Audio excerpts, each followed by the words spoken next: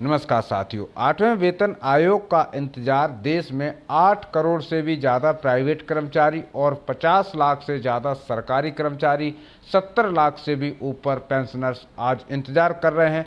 सबके मन में एक ही डाउट चल रहा है कि आखिरकार 8वां वेतन आयोग का लाभ कब से मिलेगा। 8वें वेतन आयोग में कितना वर्क हुआ है, 8वां वेतन आयोग में फिटमेंट फैक्टर कितना होने वाला है और 8वें वेतन आयोग में सैलरी में कितनी वृद्धि होगी, पेंशन में कितनी वृद्धि होगी यदि पेंशन धारक है तो। ये तकरीबन सभी पेंशनर्स और सभी कर्मचारियों, यहाँ तक प्राइवेट सेक्टर के भी कर्मचारी निरंतर इंतजार कर रहे हैं कि 8वें वेतन आयोग से प्राइवेट कर्मचारियों को क्या लाभ मिलेगा।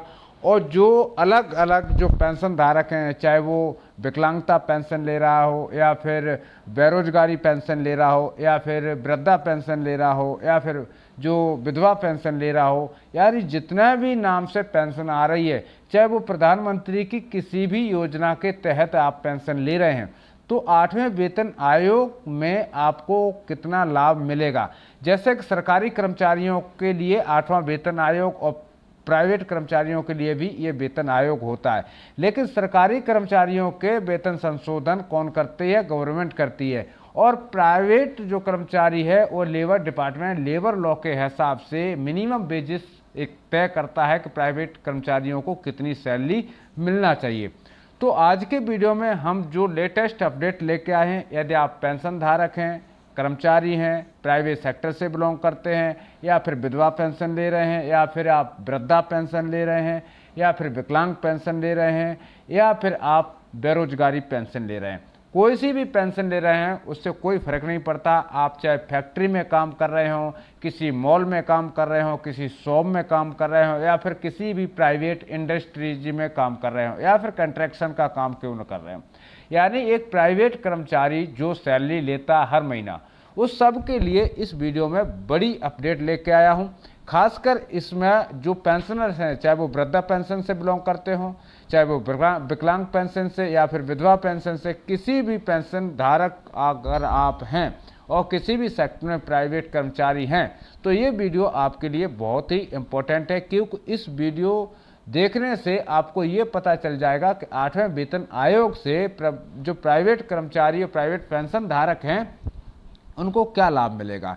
वीडियो के अंत में हम आपको एक सबसे बड़ी इम्पोर्टेंट ये और बताएंगे कि अगर आपने ईएसआई का कार्ड नहीं बनवाया है तो ईएसआई का कार्ड कैसे आप मुफ्त में बनवा सकते हैं और ईएसआई के क्या क्या फ़ायदे होते हैं, ये पूरी जानकारी आपको बताएंगे। अगर आप बेरोजगार हैं तो ईएसआई कार्ड आपके लिए बहुत ही इम्पोर्टेंट है, उसके भी हम पूरे लाभ बताएंगे और कैसे बनेगा वो बताएंगे। सरकार की तरफ से 8वें वेतन आयोग को लेकर के अब तक क्या बड़ी अपडेट निकल के सामने आई हैं, वो सब बातों पर आज के वीडियो में चर्चा करने वाले हैं। तो सभी प्राइवेट और सरकारी कर्मचारी एंड पेंशनरों से मेरा हाथ जोड़ करके निवेदन है, यदि आप हमारे चैनल से पहली बार जुड़ रहे हैं तो इस चैनल को जरूर सब्सक्राइब कर लें, बेल आइकन को ऑल पर प्रेस कर दें, जिससे कि आने वाले हर वीडियो की अपडेट आप तक पहुंचती रहे। और दोस्तों, मैं आपको एक आश्वासन ये दिलाना चाहूँगा कि हमारे चैनल के माध्यम से पेंशनर्स की बड़ी बड़ी समस्याएँ हल करूँगा मैं।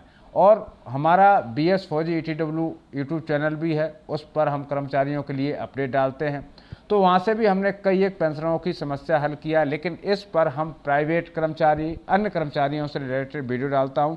और किसी का भी यदि पेंशन में कोई प्रॉब्लम है, लेट आ रही है, समय से नहीं आ रही, बार बार पेंशन बंद क्यों हो रही है, यानी आपने देखा होगा कि मार्च अप्रैल में अक्सर पेंशन टाइम से नहीं आती है और पेंशन कभी कभी रुक भी जाती है, तो उसका क्या कारण हो सकता है, पूरी जानकारी इस वीडियो में देखेंगे। तो सभी से मेरा निवेदन है कि चैनल को जरूर सब्सक्राइब कर लें और इस वीडियो को अपने दोस्तों के साथ जरूर शेयर कर दें, चाहे आप फेसबुक पर करें, इंस्टाग्राम पर करें, ट्विटर पर करें, जिस पर भी आप करना चाहते हैं सभी पर ये वीडियो जरूर शेयर कर दें।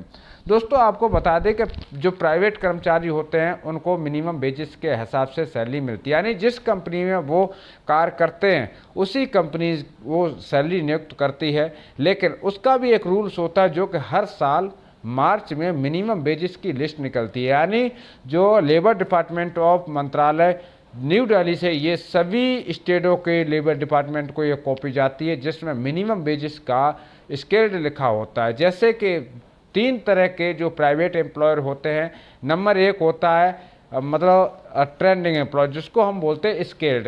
एक दूसरा होता है अनट्रेंड, बिल्कुल कोई भी वर्क नहीं जानता, उसको बोलते हैं अनस्किल्ड।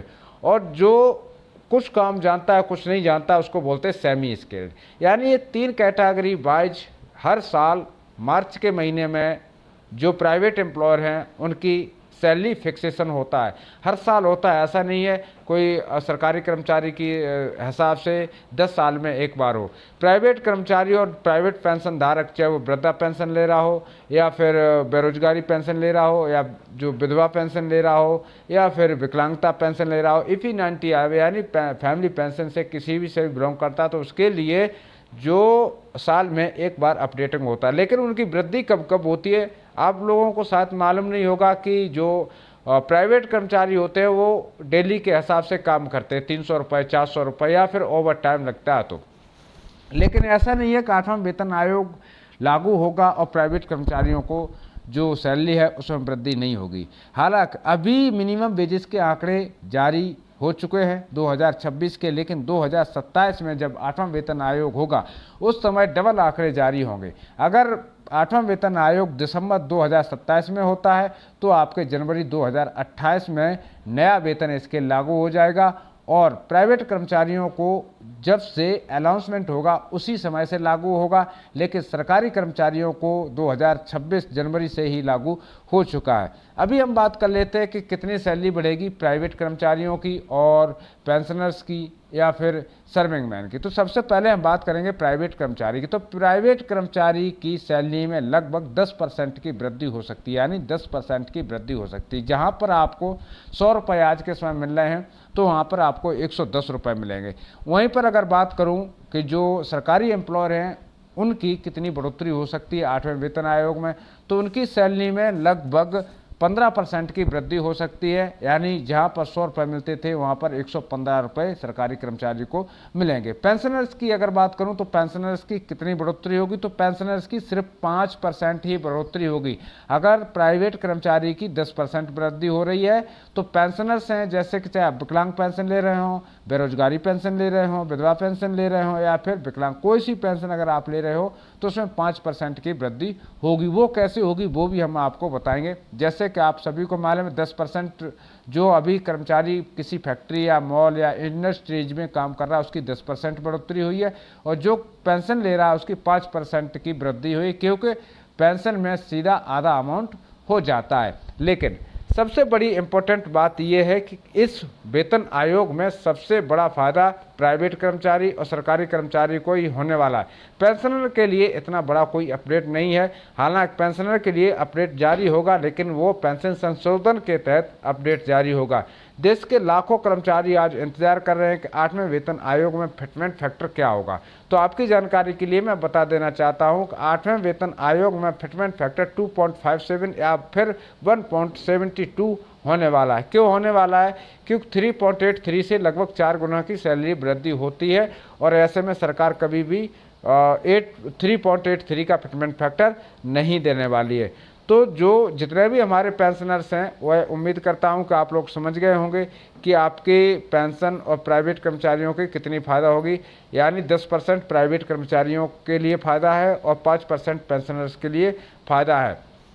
अगर आपकी विकलांग पेंशन, वृद्धा पेंशन, विधवा पेंशन या बेरोजगारी पेंशन या जो फैमिली पेंशन नहीं बनी है अभी तक तो हमें कमेंट करना। यदि बन गई है, कम आ रही है, तब भी कमेंट करना। यदि आपकी पेंशन आ रही थी लेकिन रुक गई है तब भी आप कमेंट करना। यदि पेंशन से रिलेटेड कोई भी आपका सवाल या जवाब होता है आप हमें कमेंट सेक्शन में जा कर के कमेंट कर सकते हैं। मैं उम्मीद करूंगा कि जल्द ही आपको हमारा व्हाट्सएप नंबर हमारे चैनल पर देखने के लिए मिलेगा और आप हमसे सीधे बात कर पाएंगे। हमारा काम यही रहेगा कि हम सभी पेंशन संशोधनों का मुफ्त में कार्य करूं और उनकी पेंशन संशोधन से जुड़े मुद्दों को उठाऊं और उनको सही कराऊं। इसी के साथ सभी पेंशन धारक, सभी प्राइवेट कर्मचारी और सरकारी कर्मचारियों से लेता हूं अनुमति। मिलता हूं नेक्स्ट वीडियो में नेक्स्ट टॉपिक के साथ। तब तक के लिए सभी साथी भाइयों को जय हिंद, जय भारत, वंदे मातरम।